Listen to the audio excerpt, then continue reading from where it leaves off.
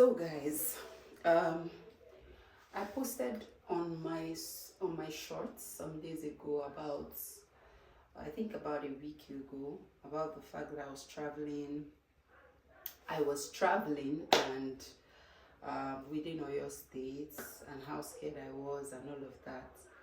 And basically, I've been so sad about the kidnapping of these children and their teachers, and I've been wondering when are these guys going to get out. And then today I saw this in the news about the fact that, basically the principal of that school, who was kidnapped as well, was saying that, the demands of the kidnappers are being misrepresented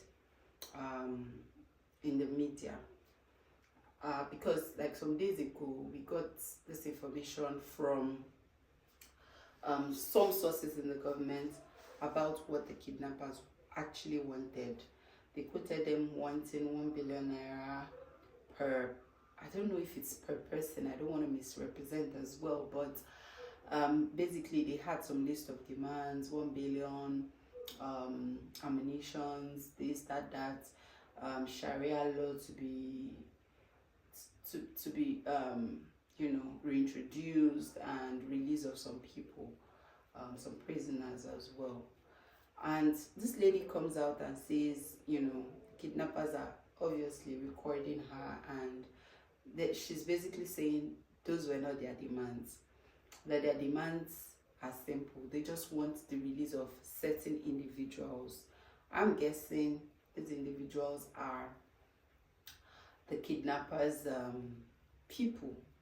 Basically, they want them released in exchange for the teachers and students. And so, like, everyone is wondering, why were they misrepresented in the first place? Why were their demands misrepresented by the government to the people, saying that they were demanding this and that? So basically right now, nobody knows what is what. Like, do we believe the government? Do we believe the kidnappers? What do we believe at this point? I think at the end of the day, the goal is that everyone basically wants these teachers and students to be released. Like, that's the ultimate goal.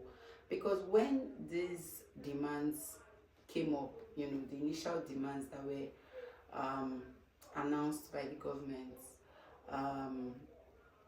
everybody was like, no, it's too much. Like, what, all these demands, then you understand why the government is in a tight spot about yielding to these demands. But now we're like, okay, what is this really about? Because now they're saying they want certain people to be released. Who are these people?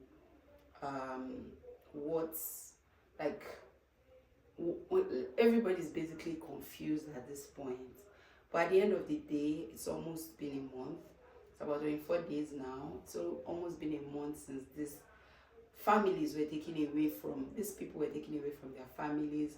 These people were taken away from their usual, schedule of life.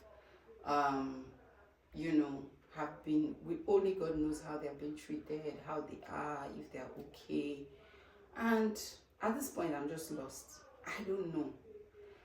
I just want these people to be returned to their homes, to their families.